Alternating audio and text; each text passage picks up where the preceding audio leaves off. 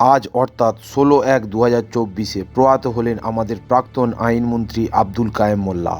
মৃত্যুকালে তাঁর বয়স হয়েছিল ৯৫ বছর।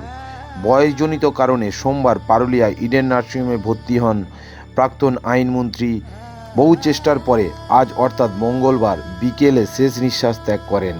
তার অকাল মৃত্যুতে শোকের ছায়া নেমে পড়েছে ডায়মন্ড হারবারবাসীর মধ্যে। রাত ৮টা নাগাদ অনুগামীদের চোখের জলে বিদায় নেন আব্দুল কায়েম মোল্লা।